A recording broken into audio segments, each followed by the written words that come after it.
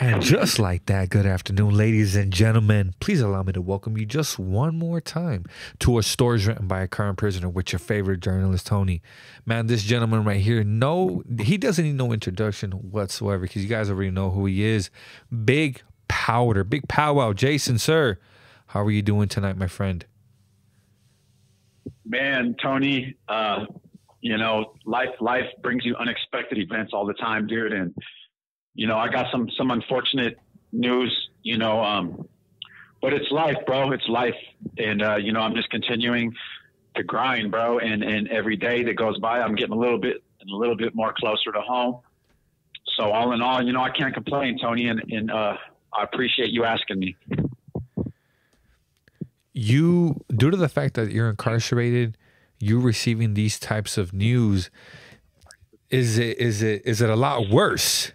Is it like times 5, times 10? Due to the fact that you're in there. Man, brother, it's something that I can't even comprehend or grasp fully yet, and I haven't even put the news out there, which I probably will at the start of this video. But I don't have the ability to be able to be there for this person, hug them, and that alone is rough, and it's something that I've never experienced. This call and your telephone number will be monitored and recorded to this degree. Yeah, it's quite a sad thing, man. Jason, before you make your introduction, I want to go ahead and say sorry, and I send my condolences, my friend. You will definitely be in my prayers, and it's very sad and it's very real, ladies and gentlemen. There's a lot of people out there that never got to see their loved ones again. Keep that in mind. There's a lot of people out there that never got the chance. But without me taking up too much time, Mr. Jason, sir, I'm best man, and go ahead and shine bright, brother. Thank you, Tony. I appreciate it, and as always, I do appreciate the opportunity of being on this platform, and not only have I had the opportunity to, convey my experience, it's very important to continue to convey my experiences, because no one, as far as California prison systems and California gangs, bro, no one can tell it better than me. It doesn't matter what anybody says. It doesn't matter. I'm giving that front row perspective of what it is to live in this lifestyle. And what I mean by living in this lifestyle, I'm not talking about just prison. Just because I wasn't an Aryan Brotherhood member doesn't mean I don't know what it takes to be an Aryan Brotherhood member, or the nature of it, or, the acts and the behavior that comes with it. It's very barbaric. And I tell it in great detail. I try to make it as in-depth as possible. That way people really understand, because I'm trying to make a difference. I'm trying to make an impact on people's lives so that they don't make the same mistakes that I do. That's for all the youngsters. And not only that, everybody has loved ones that has come to prison, but, the unfortunate event that I'm going through is that, out of nowhere, life throws you curveballs. Life just hits you with stuff that you would never imagine or you would never anticipate. And I just found out, and this isn't for sympathy, this isn't for anything other than just to share my experience and be real on this YouTube platform, because that's all I've ever done since the very beginning, is keep it 100% authentic. And out of nowhere, my mom is my rock. She's been there forever, since day one. And I've lost a lot of loved ones since I've been down. I lost my grandpa. I've lost so many. I've lost my father. I've lost everybody since I've been down. So the one person I do have left is my mom. And out of nowhere, she had this pain in her stomach, and she gets regular checkups and all that type of stuff. And then she just found out she was diagnosed with stage 4 ovarian cancer. So it hit me hard. And the last couple of weeks, I'm in a cell all by myself. I'm in prison. I don't have a way to drive to see her to make sure she's okay. So that's why Tony had asked if it's 10 times worse, 20 times worse. It's something I couldn't even imagine, and I wouldn't wish upon anybody. So I'm experiencing that right now, but I'm never going to let that hold me back. And it's very important to keep talking about this Southern California lifestyle. And what I mean by Southern California is I'd like to think that out here in Southern California, as far as white supremacy, as far as Aryan Brotherhood goes, I'd like to say that we set the tone.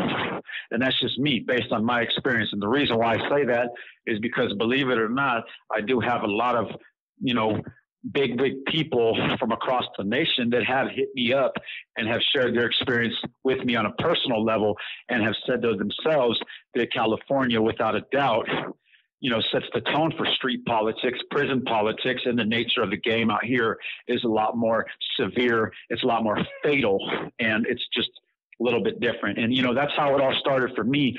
And my whole experience has been based on Pai Death Squad, which is big leagues, and Aryan Brotherhood. But, taking nothing from Pai, let me tell you something about Pai.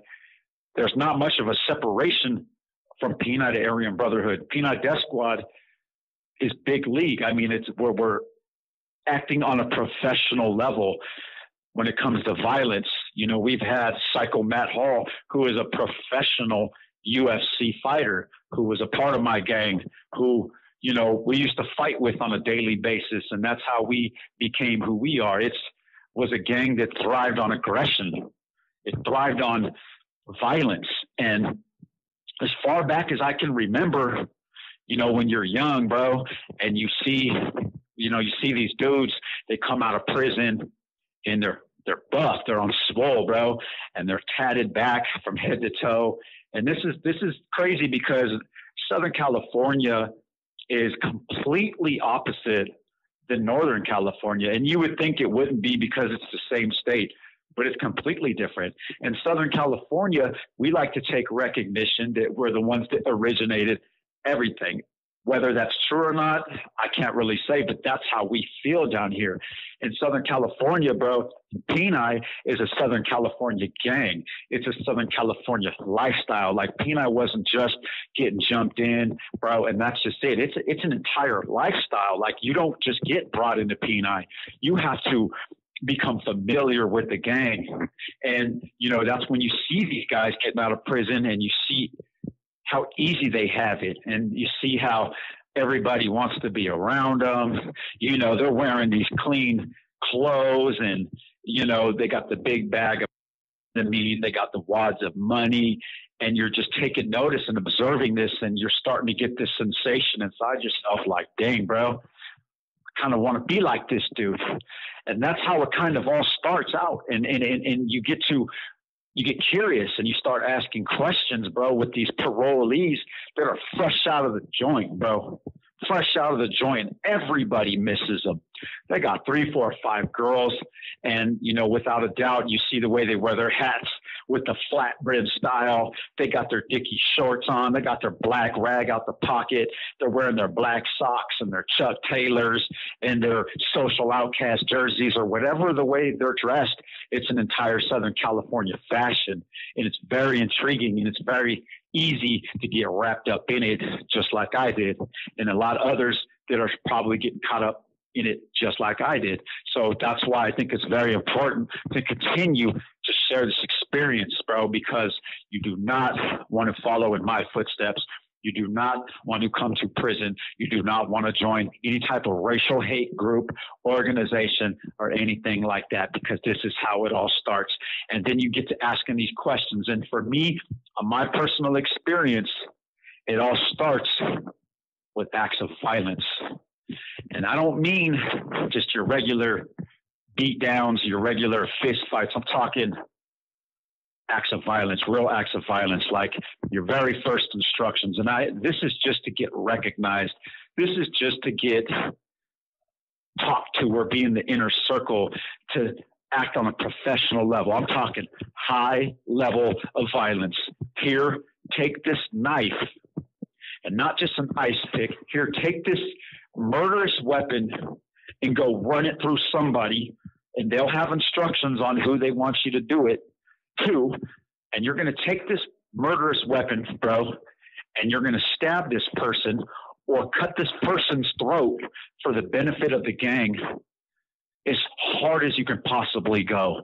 Because in Pai, there's nothing less than that. And anything less, anything that's subpar of a murder bro, is forgotten about.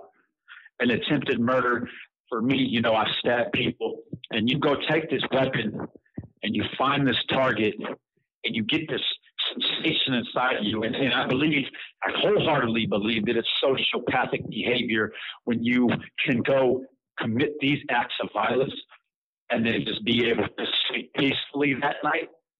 So therefore, I was a sociopath. I had to turn myself into not being a sociopath because I once was, because I could do this, and I was doing it on a regular basis.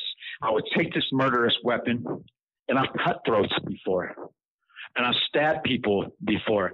Not only have I stabbed people, but I have stabbed them so hard and so fast and not even thought twice about it. And that's just how you just get a name for yourself. That's just how you become a part of it. And, you know, when you're talking to these people, these area Brotherhood members in the hierarchy of P&I and the commission, the council, and how you move up in rank, because the whole purpose of becoming a gang member is to be a boss, bro, is to be a leader and to reap benefits. It's for power and control. That's what you're aiming for. I mean, what else there is other than that? You want to be able to tell people what to do, and they're going to do it. You want to have all the drugs and the money for free. You want that. So you earn that through levels and acts of violence, murder, attempted murder, whatever it takes. Now, what's crazy is because when you're young and you're getting interested and curious, like a lot of people out there right now, you start asking questions about it, and they're going to tell you this. They're going to tell you how great it is, bro, and how the homeboys are going to show love for you, how everybody's going to support you, how you're going to get all these cool tattoos, how all the girls are going to love you and all that. But there's a whole nother other side that they don't tell you. They don't tell you about how you lose your family when you come into prison, or how you're locked in a cell in a little tiny box about the size of a person's bathroom. I would say that's about an accurate measurement of a cell. Of an average cell in California is about the size of a person's small bathroom. Not the big bathroom, but the small bathroom. And you're living in that with another individual all day long. And then you'll find yourself putting in work inside prison, you know, through acts of violence. And then you make your way to the SHU on a 24-hour lockdown, bro. You're not coming out of that box ever, like 24 hours a day stuck in a box. They don't tell you about that because that's not what's glamorized. They want to tell you all the stuff that's glamorized. This call and your telephone number will be monitored and recorded.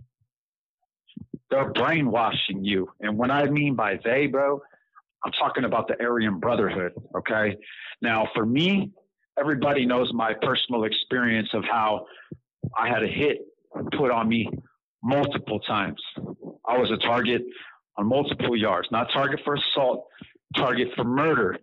And that's the end result. That's the end result when it comes down to it and you get caught up into this lifestyle. So I'm going to be the person to tell you what it is and what it's really like. And I'm not going to withhold any type of information because I believe my purpose.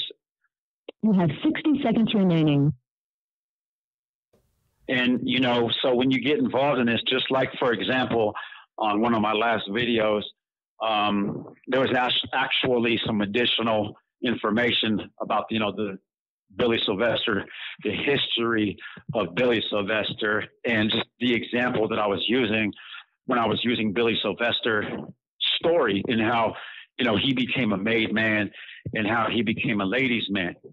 Well, I was actually expressing, you know, there's a homegirl of mine who I talking to right now, bro, literally talking to right now. And she happened to date this individual. And this is how they are. This is how they operate. This is the stuff that they don't tell you when they're manipulating you, and they're going to convince you to do whatever it is they want you to do for the benefit of them. Everything that they give instructions for is 100% going to be for the benefit of the Aryan Brotherhood and the Aryan Brotherhood only. Solely them. It's not going to be any benefit for you because at the end of the day, they don't care about you. They don't care about your family. They don't care about your loved ones. They don't care about none of that. They don't even care about their own girlfriends. For example, when Billy Sylvester was up there in New Folsom, and he had just got out of the SHU, and he was up there living with Big Ronnie Yondale, who was number one of the commission, who is the law of the Aryan Brotherhood out here in Southern California. And I will say this, and this is not taking anything from Mr. Yondale. Mr. Yondale has power beyond belief. Mr. Yondale has reach that I couldn't even imagine. I mean, if he wants to get something done, bro, he's going to get something done. And the only way he ain't is that the feds are monitoring him 24/7, which I believe they are. I believe that he's experiencing that because they have got a full understanding of how dangerous this gang really is once they released him from the SHU. And so, for example, Billy Sylvester ended up meeting this girl, this attractive girl who, seemed to be loyal, who is down, and actually fell for him. She was a younger girl, about 38 years old. And at that time, she was like 36, 35.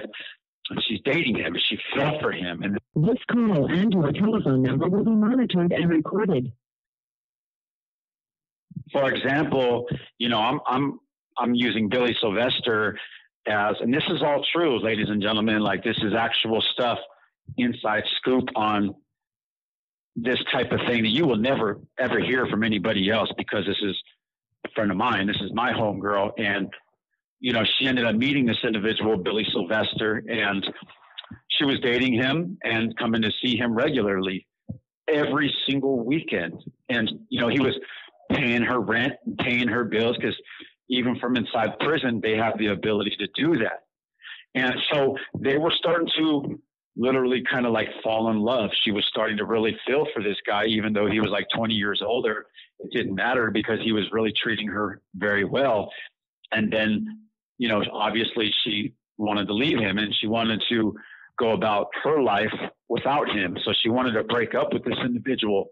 But the Aryan Brotherhood, they don't do so well on breakups, because prior to this separation, he would tell her like, look, bro, you're not leaving me. And kind of in a threatening manner, but in a polite manner, if that even makes sense, in a polite, threatening manner, like you're not going to leave me. But see, what she didn't understand at that time is he meant every word. He meant what he said by that. And he's not playing. And the Aryan Brotherhood 100% does not play. You cross them, it's death. That's like one of their things. That is one of their rules and laws that they live by. If you cross the Aryan Brotherhood, that's murder. On this indictment, this death penalty indictment, the one that's been going on for several years, one of the murder plots was her, was my homegirl, because when he broke up with her, he decided to put a hit out on her. Now, the way that this thing goes is usually, whether he made this call solely or not, I don't know. She don't know, nor does that even matter. Usually the Aryan Brotherhood will have a little conference call. The commission may consult with the council or not, or they might just decide to keep it among themselves and put out this freaking hit. But they put out a hit on an innocent female who decided to break up with Billy Sylvester. Ultimately, the feds are the ones that caught it. The feds ended up catching this through wiretaps, and they went and snatched her up. They went and snatched her up and they put her in a motel so that she could be safe for a couple of months. And she doesn't know that I'm speaking on this. She will, but I'm speaking on this because I believe that it's very important to put it out there on, if a innocent female decides they want to date the Aryan Brotherhood, you might want to think twice about it. And that's not me hating. This is me being real about it, because they might just put a hit out on you like they did her. So for 2 months, she had to live in a motel. She couldn't work. She couldn't see her kids. She couldn't see her family. They pretty much had her on this protection notice. And that's the part that I'm really talking about. When we dive in deep on the Aryan Brotherhood and even Peni, this is how they work. This is how they operate. They will kill you, dude. They are not playing it. Homicide is what they're good at. It's what they specialize in, and that's what they're always going to specialize in. And for me, like when I'm telling these stories and I'm sharing this experience, I'm trying to get every aspect out there so that everyone understands, not just, your regular prison hits or your full-scale riots or your validations or whatever. It's about these type of things too, because the dynamics to these gangs, especially the AB, they're not just a gang. They are a 100% enterprise that is beyond the nationwide. I mean, they have ties down even in Central America, South America, because my homeboy, Psycho Matt Hall, was found in Costa Rica. Okay. And the way that they set these things up is very strategic. It's very significant. It's very dangerous. And, you know, these murder plots on this indictment, there was about 4 or 5 murder plots. 2 of those murder plots were 2 people I'm familiar with. One of them was the girl that I just spoke about. The second one was my homeboy. It was my homeboy out there that they wanted to kill Michael Tripp. Not only did they want to kill Michael Tripp, they wanted to kill Michael Tripp and his girlfriend out there in San Diego. Now, they ended up getting caught up on these murder plots. Fortunately, the feds caught them.